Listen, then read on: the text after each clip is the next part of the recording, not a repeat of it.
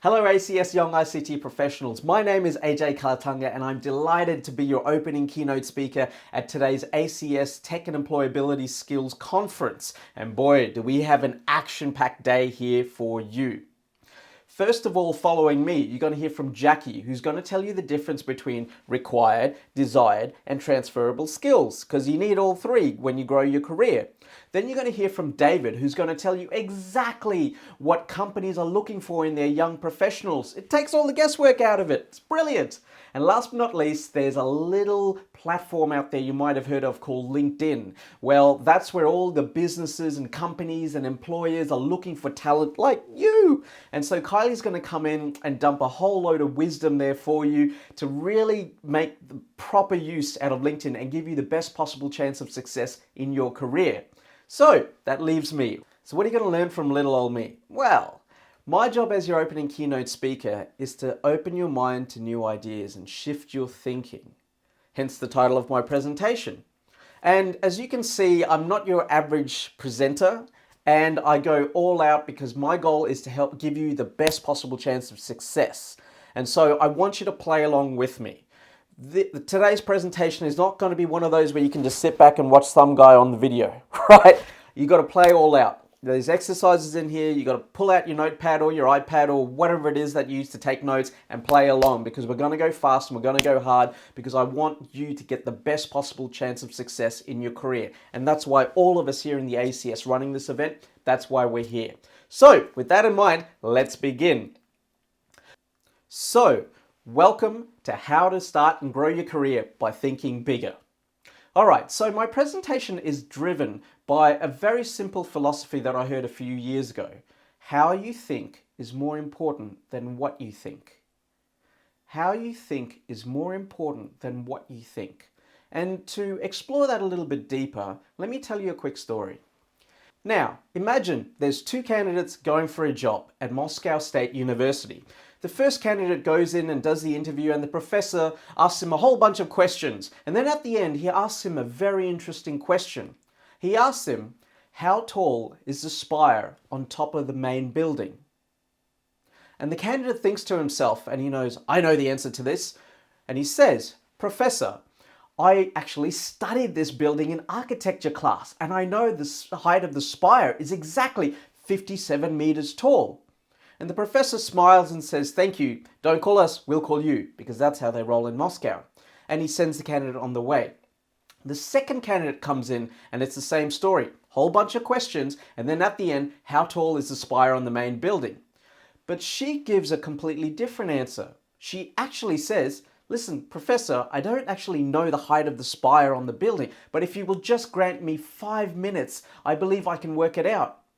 The professor's intrigued, so gives the candidate an opportunity to prove her skills.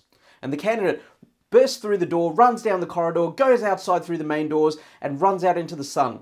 She looks down at her watch, gazes up at the sky, looks where the sun is, and then proceeds to measure the distance of the shadow that the spire is causing on the ground. And then 5 minutes later, she runs back in and tells the professor, listen, Professor, I believe it's between 56 and 57 meters tall, give or take a few centimeters. And the professor's very impressed. Now, my question to you is, which candidate would you hire? A, the first one that gave the exact answer, or B, the second one that figured it out?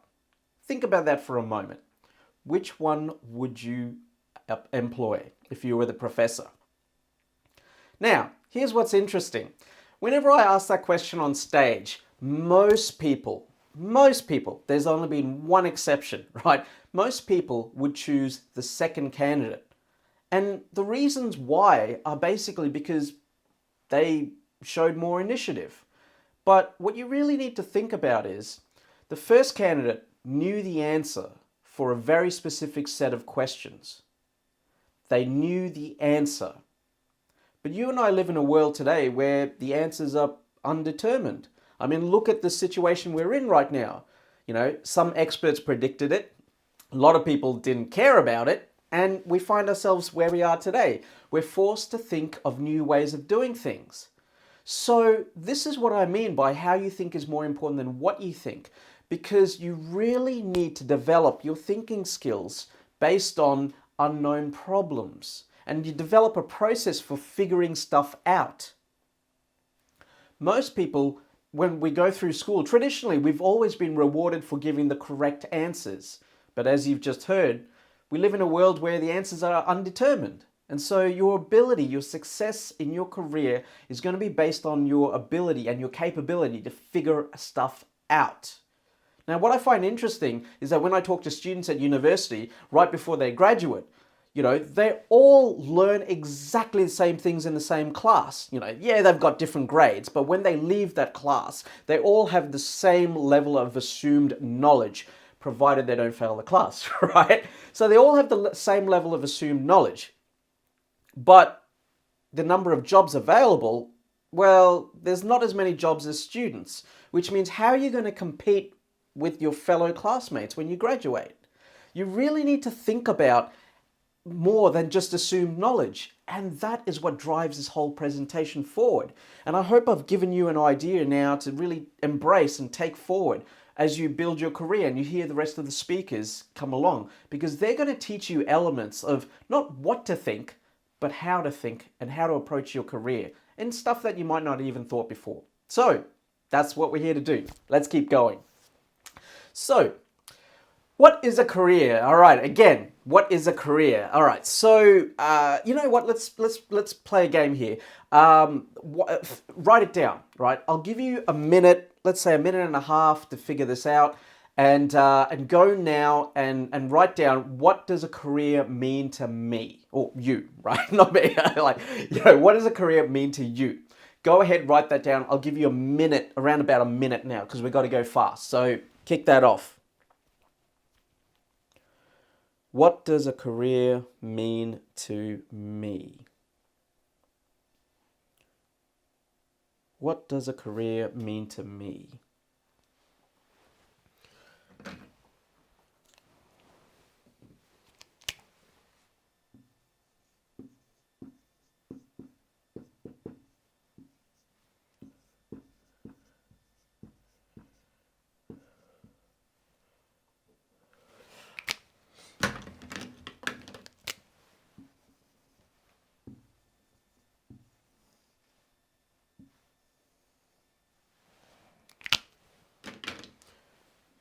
Got about 30 seconds left.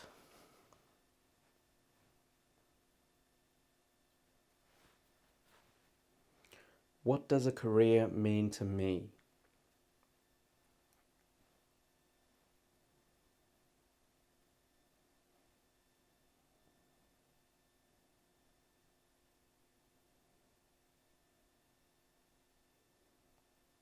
Five, four, three, two, one. Okay, and we're back. All right, so what does a career mean to you? All right, you know what? I'd love to hear some of your answers. So I believe we've got a few people online today that are going to give us some answers. So Alice, are you there, Alice? Yes, AJ, I'm here. I personally take a holistic view of what a career means to me. It is something that I'm passionate about, whether it be something professional like ICT, which is where I'm in, or it could be a social cause that I care about, for example, mental health for women. It is a career to me. It is something that I'm passionate about, that I devote my time and energy in and try and make a difference. That's so cool. Thank you so much for sharing. Holistic, passionate, professional, and social cause. That's a really important cue there. And I believe we've also got Sandra. Sandra, are you there? Yes, I'm here. A career means to me being able to take the skill sets that you've had from previous experience and being able to understand the strengths that you have from those previous experiences and know when you're able to leverage those and work with different people that have different skill sets. And so then you can bring everything together and be able to go on a diverse journey. You need to understand that a career just isn't about you, it's about the people that you're working with and how you can pull those unique experiences together and create something that's unique and different. I love that, Sandra. Thank you so much for sharing. Wow. Okay, and last person on the list is Kev. And Kev is the chair of the ACS Canberra branch. Kev, you there, man? Yes, I'm here. So a career means to me, well, a career, I'll tell you what a career doesn't mean to me. So a career doesn't mean about the pursuit of money. Yes, money is good. Money, it makes the world go round. But when you're in a career, it's about giving your heart and soul into pursuing excellence in your own chosen industry. You have to have passion for the industry that you're in, whether it's building robotics in labs or somewhere else, whether it's creating tools for people to use. It's whether it's coding, whether it's something as diverse as teaching kids how to play guitar. It's a pursuit of excellence and perfection in your own chosen industry. I love that, Kev. Thank you so much for sharing. So, wow, three very different opinions of what a career is. And that's really interesting too, because they're three different professionals from completely different stages in their career. And so that's an important distinction there. A career means different things to different people depending on where you're at in your career. And I love what Kev said about, it's not about the pursuit of money. I think sometimes previous generations, they talk about a career as being, money, money, money, all about the salary, but you and I know the world has changed. And so I love that. And I love Kev's definition of excellence. Sandra said something really interesting about it's not just you, it's about those people that you work with. And I had the opportunity to chat to Sandra a little bit longer, and I really wish that I could be in one of her teams just as an observer, because she comes across as a really amazing leader. And again, different perspective depending on where you're at. And Alice, social cause, a career, it's not a 9 to 5 job anymore. There's so much more to a career, and I think organizations are starting to realize that, but they still have a long way to go. So three different definitions out there, and your definition might be different, and my definition is a little bit different too, because I'll let you in on a little secret. I actually went to the Google to find out what a definition of a career is before I started this talk, and I found out something really interesting. According to the Google, definition number 1, an occupation undertaken for a significant period of a person's life with opportunities for progress. That's an interesting one. Opportunities for progress. See, remember how I started telling you about the world has changed and things are so different today than they were yesterday. The opportunities of yesterday are completely different to the opportunities of today. And the opportunities of today completely different to the opportunities of tomorrow. So how exactly do you carve out a career for yourself when everything's changing? Well, when I dug a little bit deeper, I found out something really interesting. There's another definition to the word career. Move swiftly in an uncontrolled way. Ooh, that's interesting, isn't it? See, that's how I manage my career. I moved very quickly, very uncontrolled, and here I am here today with you. And I never would have imagined that when I started my career in ICT, that I would ever end up here with you today. So let me tell you a bit about my story so you get an idea of where I'm coming from. So I ended up back in Darwin after graduating Monash University here in Melbourne. I went home because I struggled to really get a job, and at home I landed this amazing job with this consulting firm, and I thought it was brilliant. It was my dream job, or so I thought at the time. So I walk in there and they hired me as a project manager. Why? Because I had done a unit on project management at university and I passed, and that made me a project manager. Yay! The professionals on this webinar are actually laughing right now at my naivety, but let me progress the story and you'll get the full meaning. So I got taken out to client site, on client, to meet the client as their new project manager, and they take one look at me and they go, "When are you starting?" And I said, "In a couple of days' time." And they said, "All right, we'll see you in a couple of days." And by the time it took for me to walk back from their client site to my head office, they rang up my boss and made sure that they rescinded the contract. Why? because I was definitely not a project manager capable of managing their large-scale projects. So I found myself what's known as on the free list, which is basically in the consulting world, you're not earning the company money, which means if you're not earning the company money, they're spending money on you, which is not a good thing in the consulting world. And you're in risk of getting one of those conversations where, listen, if we can't sell you, we're going to have to let you go, right? So that was the problem I was facing. And every other graduate, every other personnel, they were fully booked out on other jobs. So it was just me. So what did I do? Well, I went up to my boss at the time, who was fantastic. She was amazing. And I went up to her and I said, "Boss, you look a little bit stressed. Is there anything that I can help you with?" And she said to me, "Well, I've got this stack of papers here on the desk. They're tenders that I need to respond to. You don't know anything about tender writing, do you?" And I said to her, "No, but I can learn." That phrase, "no, but I can learn," so incredibly powerful, and you should definitely go ahead and write that down. No, but I can learn, because it's you showing initiative, right? And when you show initiative, you become more valuable. And that is the one skill that employers, it doesn't matter who they are, they all want their employees to be valuable to the company, but they will never tell you that. All employers want their people to be valuable, but they will never tell you that. They give you all this other spiel, but if you can figure out how to be valuable, then your career will just skyrocket. Very important, so keep that in mind. So, back to the story.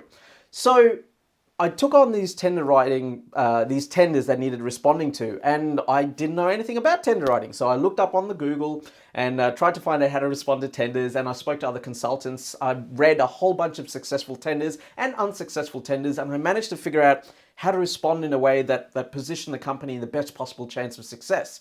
And you know what? We ended up winning all these tenders. It was phenomenal. It was great, And I kept going back to my boss and saying, "What else is there? What else is there? What else is there?" It was great. And my career just skyrocketed for those few months that I was there. And it was brilliant because I got a corner office, I got my own phone, I got my own laptop, and that's something, you look at them and go, yeah, so what? But at the time, no other graduate was in there, no other graduate had that stuff. They were all in their, out in the main area. No one had their own private office or anything like that. So yeah, it was brilliant. It was absolutely brilliant. And then everything just changed for me pretty much overnight. So as the company was expanding, they hired a second in command, someone to run the operations and act as the 2IC, the second in charge. So my background is subservient, is Sri Lankan, and we are a very subservient natured people, right? In our culture, we're drummed into us from birth. You must always look after your elders, never question them, that sort of thing, right? So when this new boss came in, I was very keen to serve him, because it's what we do, right? So I said to him, "Hi, this is who I am, this is what I do. Is there anything I can help you with? Just let me know." And he took a look at his desk and he said, "I don't have a computer." And me being me, wanting to serve, said, "Oh, no worries, I'll take care of that." And so I went and set up his computer for him and made sure everything was taken care of. And in my mind, I thought I was, building relationships because that's what they tell you to do. But something happened in his mind. In his mind, all he saw me was a computer technician. It didn't matter that I'd written tenders, didn't matter that I'd written databases or done computer programming software that's still being used today. He saw me as a computer technician. And this is very important, and you'll learn why in a second. So one day he decided to put everyone on a mandatory training course. And because this is technology forum, technology conference, I can tell you what that course was. It was basic training in software called Crystal Reports. It's a report writing tool. And so he went around saying, "You're doing this, you're doing the course, you're doing the course, you're doing the course." And then he comes into my office where I was sharing it with another senior developer. And he turns to the senior developer and says, "Hey, you're doing the course, right?" And the senior developer says to him, "Well, actually, no, I'm not, because I've got these skills, and you can see my resume, I've got these skills, so I'm not doing it." And then he turns to me and he says, "AJ, you doing the course?" And I said, "Well, no, because I've actually used the basic tools. I'm quite competent in them. And in fact, Department of Education is still today, they're using my Crystal Report solution." Okay, cool. And then he left.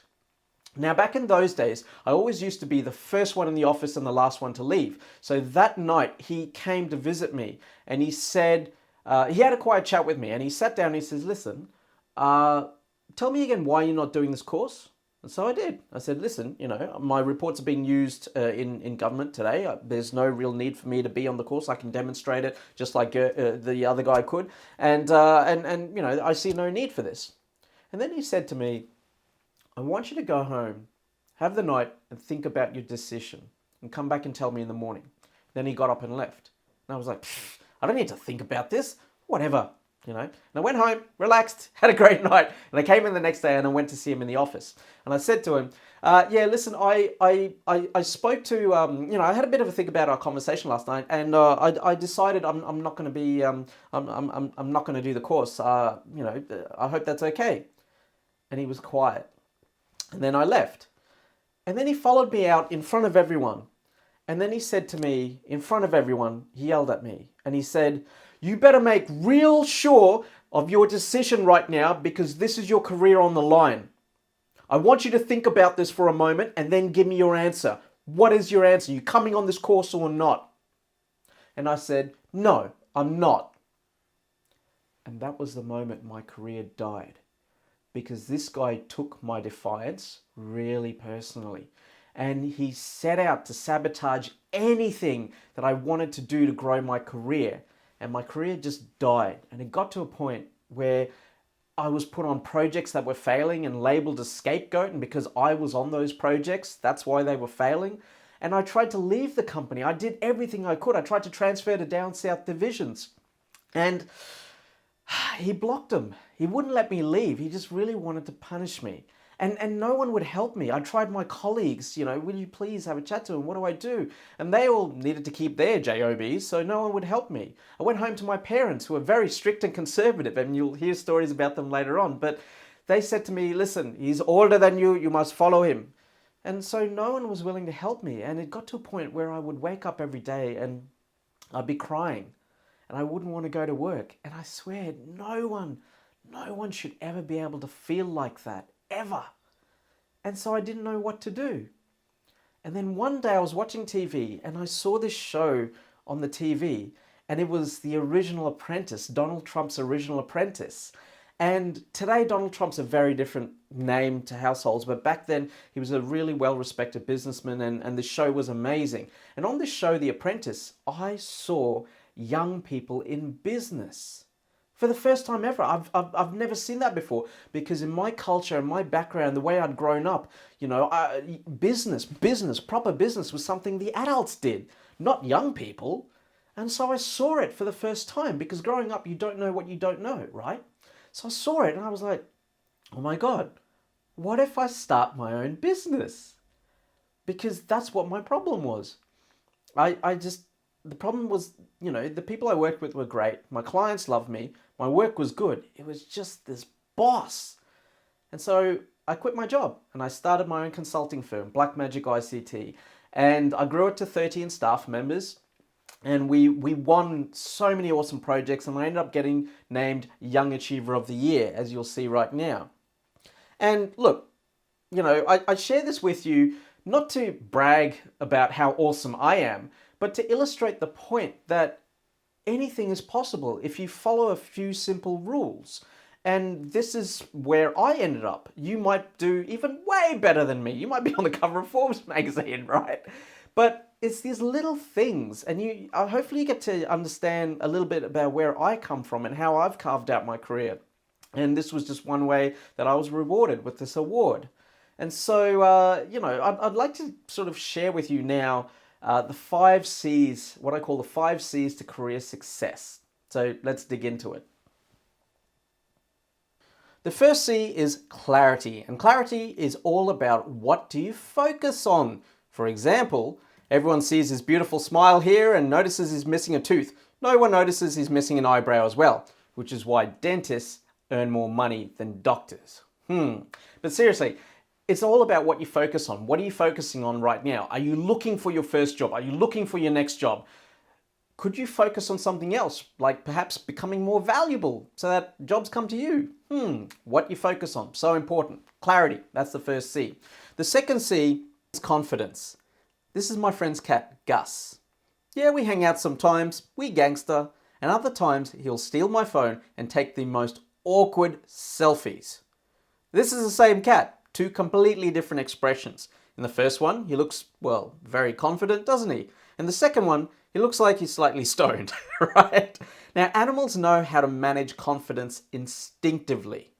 And a lot of people think confidence for humans is about, going on stage and portraying your best self or really being sure of yourself and whatnot. Well, not exactly. Here's a very simple redefinition of confidence. Confidence is the courage to manage self-doubt. Confidence is the courage to manage self-doubt. And if you can find the courage, even if it's just for 1 minute, 5 minutes, just a little bit of time to get into that headspace where that little voice in your head that makes you really unconfident, if you can shut that voice down and just plow on through, you will become more confident, and you stack that up and beautiful things will happen. So, manage your confidence. The third C is communication. Oh my God, I could do a whole day's training on this. And in fact, I normally do, right? As part of my innovation and creativity training on stage. So communication is incredibly important to you as a young professional advancing your career, because when you learn the skills of communication, it's an exchange of ideas, an exchange of dialogue, an exchange of information or knowledge. That's why we communicate. And there's written, there's verbal, there's implied. There's a whole range of things you can talk about.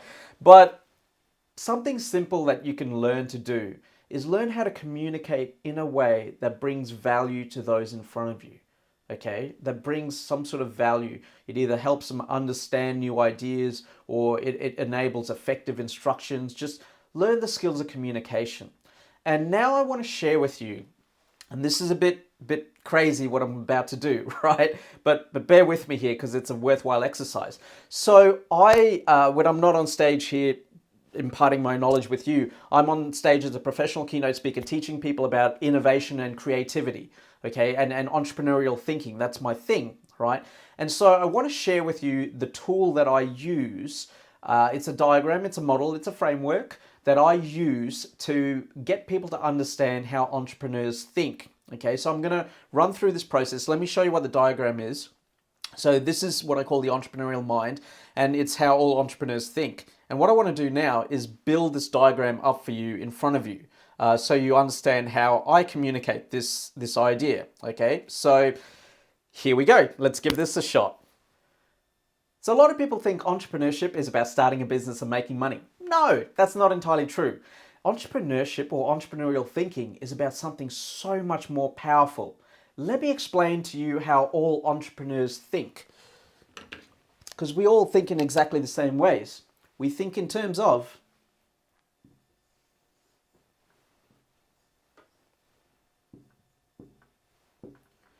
the I stands for ideas, right? We all think in terms of ideas and outcomes. But if that was so simple, everyone would be entrepreneurs, right? So what I find in between the ideas and the outcomes are these things called barriers. And they prevent an idea from ever turning into an outcome. So what I've found in my 15 years of playing around with other businesses, both small businesses, larger organizations, micro businesses, startups, all range of businesses. In my experience, there's only been 3 barriers you need to pay attention to. The first barrier you need to pay attention to is the internal barrier, that little voice in your head that says, I'm not good enough, or how can you run a company when you can't even tie your shoelaces, or you're an idiot. Get off the road. Like everyone, the voice, right? That little voice of self-doubt. And if you can conquer that internal voice and get the skills required to quieten that voice, you'll smash through your first barrier. Okay? So, internal barriers, first barrier. The next barrier is external barriers. And these could be 99% of the time they relate to how do you communicate your idea in such a way to get people to buy into that, okay? Could also be legal barriers, because we all know we can make a lot of money doing a lot of dodgy things, but we don't because it's illegal. There could be political barriers. Sometimes government won't let you do what you want to do, which I found out the hard way on my speaking tour in Sri Lanka a couple of years ago. Or there could be financial barriers. We just don't have the money to do it. We just don't have the budget to do it. You know, all these external barriers out there. That's the second type of barrier that you're going to face. And now, let's say that you believe in yourself and your abilities and you've got self-confidence. You smash down your internal barrier and then you figure out how to communicate your idea out there to the rest of the world so that people buy into it. Well, the last barrier that you're going to face is sometimes you're just going to have a crappy idea and it's never going to work, right? And so, entrepreneurs, what we do instinctively is we really get good at cancelling down these barriers, smashing them down, and we do it instinctively. And this is called the entrepreneurial mind. And it's how every single entrepreneur thinks about the world around them. For example, name an entrepreneur now. Think of any entrepreneur right now. Richard Branson. All right, Branson has the outcome when he started Virgin Airlines, right? He had the outcome to basically solve a problem that he was stranded in an airport. And he had this idea to charter a plane to get him to where he wanted to go. So do you think that he had that little voice of self-doubt? No, he didn't. So he's already smashed down that barrier. How did he communicate that idea to everyone else in the airport to get them to buy into the idea? Well, he donned a sandwich board and he went out walking and he basically advertised tickets. He sold tickets, right? And what was his original idea? To sell tickets. And did he experiment with it? Well, if the sandwich board didn't work, he would have had some other ideas as well. So he was able to smash down all these barriers to achieve the outcome that he wanted. Also, take Elon Musk, another person, right? Elon Musk wants to solve traffic congestion. So what's he doing? His idea is basically digging holes underneath the city of LA, digging tunnels, if you will, right? Underneath the city of LA to achieve this outcome and figure out, is there a better way to do traffic congestion or eliminate traffic congestion? Do you think he believes in himself? Yes, of course. He's got the confidence in himself. He's Elon Musk, right? How did he communicate the idea? Well, do you think that there were a lot of different stakeholders like councils and permits and landowners and things like that that he had to communicate the idea to get stakeholder buy-in? Yeah, so he smashed down that barrier. And lastly, did he have the right idea? Well, no, because he's experimenting. We don't know. Maybe he did, maybe he didn't. But this culture of experimentation will lead you to delivering the right outcomes for you. And that, my friends, is the Entrepreneurial Mind framework in action. And there's one more piece of the puzzle. Everyone is driven by outcomes. Every single organization out there is driven by outcomes, right? But what they don't understand is the rest of the process. And this barrier, this last piece of the puzzle is that you need to have a culture that supports thinking like this within an organization.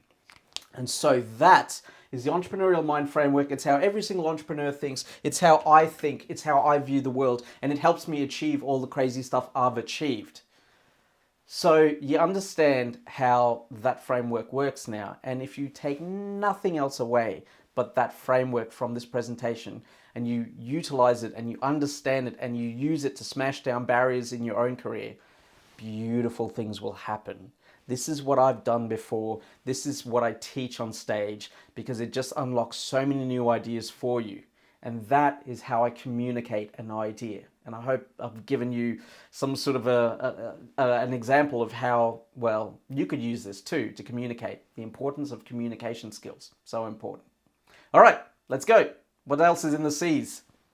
The fourth C is creativity. Now, creativity relates to your ability to generate value. I've mentioned it a couple of times before that every single employer, business, corporation, anyone out there wants their people to be valuable, but they never come out and tell you that. So one of the ways that you can achieve value for your organization is to think creatively. And you're going to face, like I said, you're going to face some barriers and whatnot in life and business, whatever. But if you think creatively how to navigate those barriers, you'll be able to run rings around people, right? And do amazing things in your career. Let me tell you a quick story about how I most of my career, most of my thing is about challenging the status quo. And when I was growing up, the person I was challenging the most was my dad. Yeah, he was a very conservative man. And look, let me just tell you the story, right? So I went to visit Dad one day back in the family home, and I'm back in my old bedroom. In the morning, I wake up and I'm locked in my room, right? I'm like I'm opening the door. Thing is, there's no lock on the door, right? So I'm jamming it, I'm banging it, and finally I pop it open, right? And Dad comes running. What's wrong? What's wrong? What's the problem? What have you done? Are you okay? What's going on? He's just really worked up. And I said, Dad, relax. The door handle broke. I'm just going to go to Bunnings and pick up another one and I'll fix it. And then he says, You're going to fix this? How do you know how to fix this? You studied IT. I'll call your cousin. He knows how to fix this. He's a handyman, not some IT graduate. And he walks off, right? So I say to him, hang on a second, Dad, listen, no need to call him. How about I teach you how to fix the door and then you can fix it for me? Okay, that works. So we go to Bunnings, pick up a new handle, and we come back and I teach him how to fix it, and it fixes the door. Now that makes no logical sense whatsoever. But my dad presented a barrier at that point in time. And instead of getting into an argument with him, I used my creativity to come up with another idea to circumvent the situation and solve the problem. And so that is a great example of how creativity can be used in a variety of different circumstances to help you smash down barriers, because when you smash down barriers, that means you become more valuable to an organization. So creativity, so important. So the last C is community. And you might not think of this as an essential part of your career development, but really community is everything. And we heard it before from Sandra, who said her career is not just about herself, it's her team, it's the skills, it's the people that she works with. And I think that's really powerful. And the kicker of that is that all of us here belong to an amazing community, the Australian Computer Society. And to be honest, the society changed my life. Like, I used to be white before I joined the society, right? No, I'm kidding.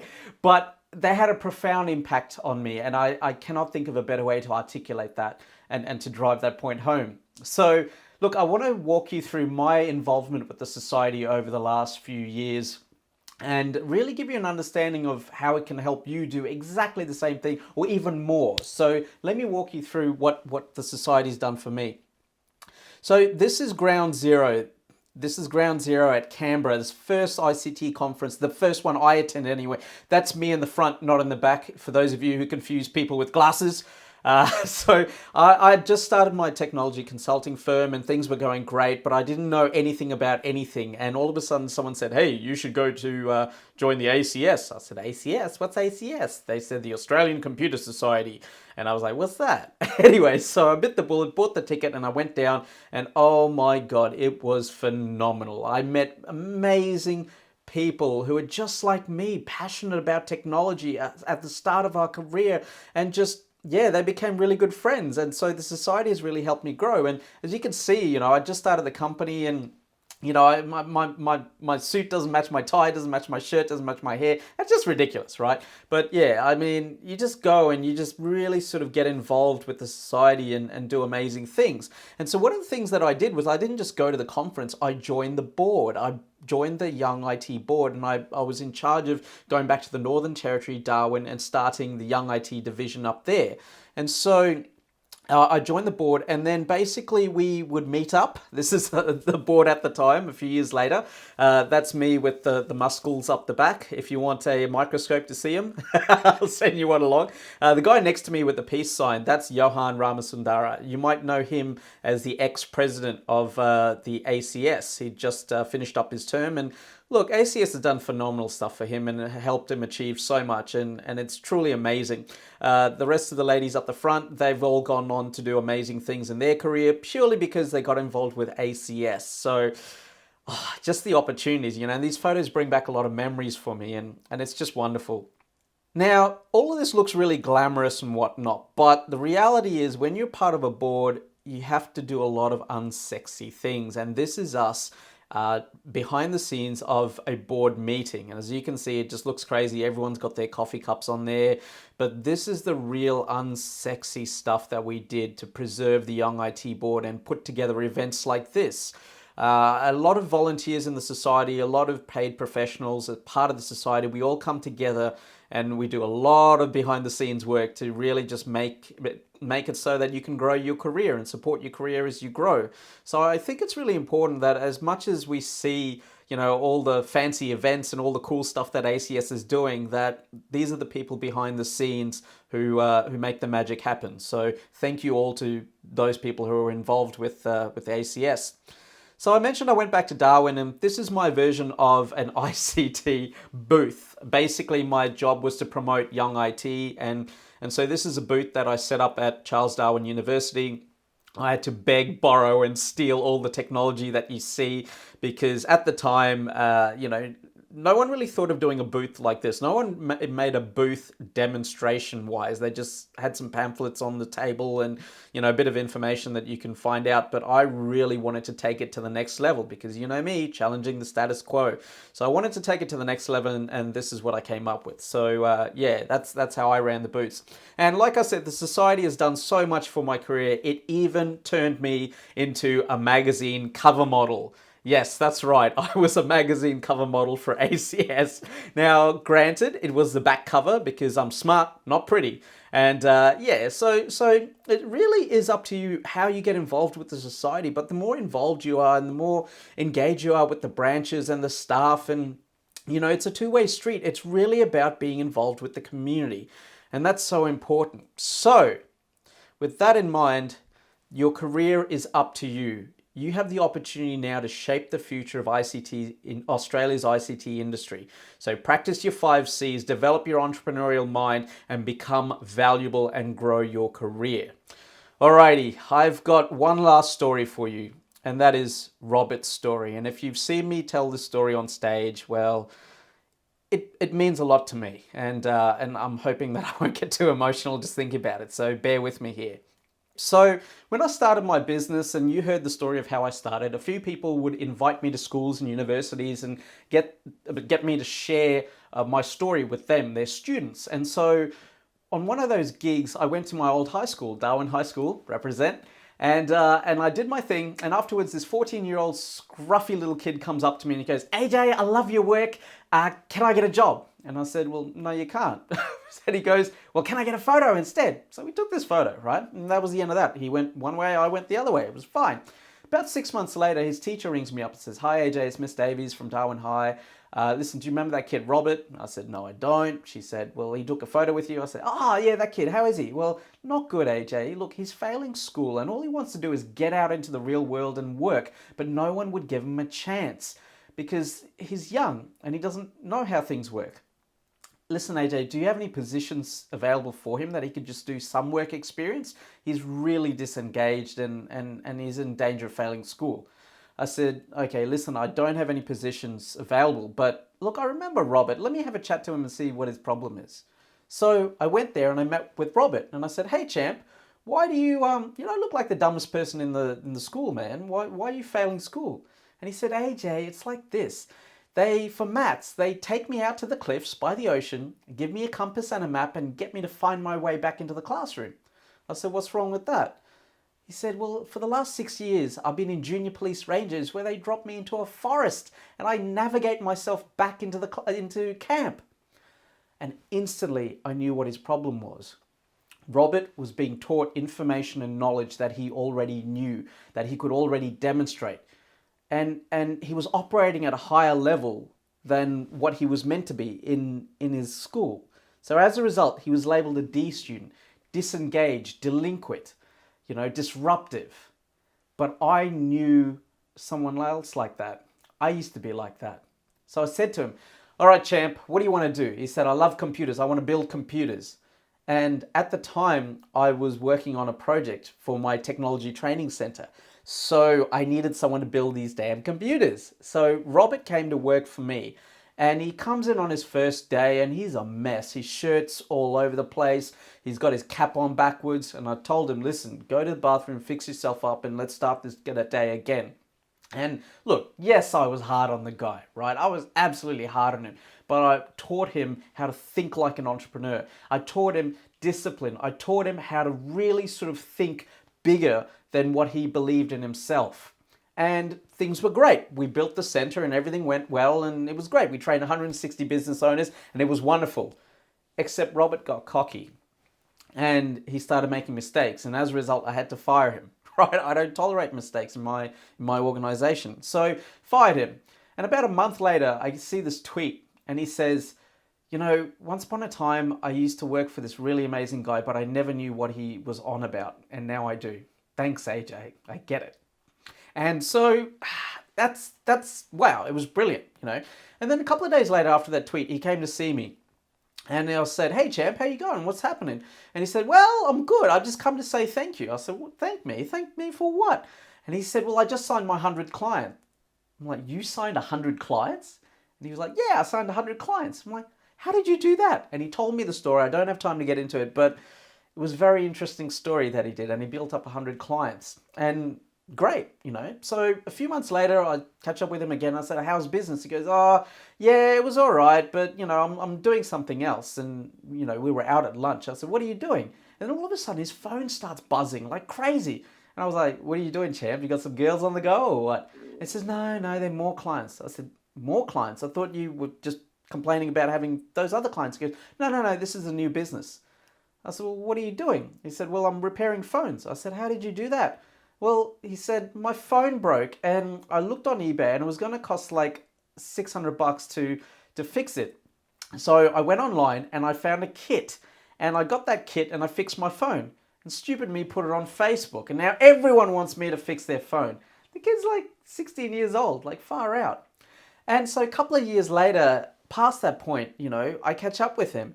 And, you know, he's off to South Korea. Why? Because the World Championship of E-Games is there.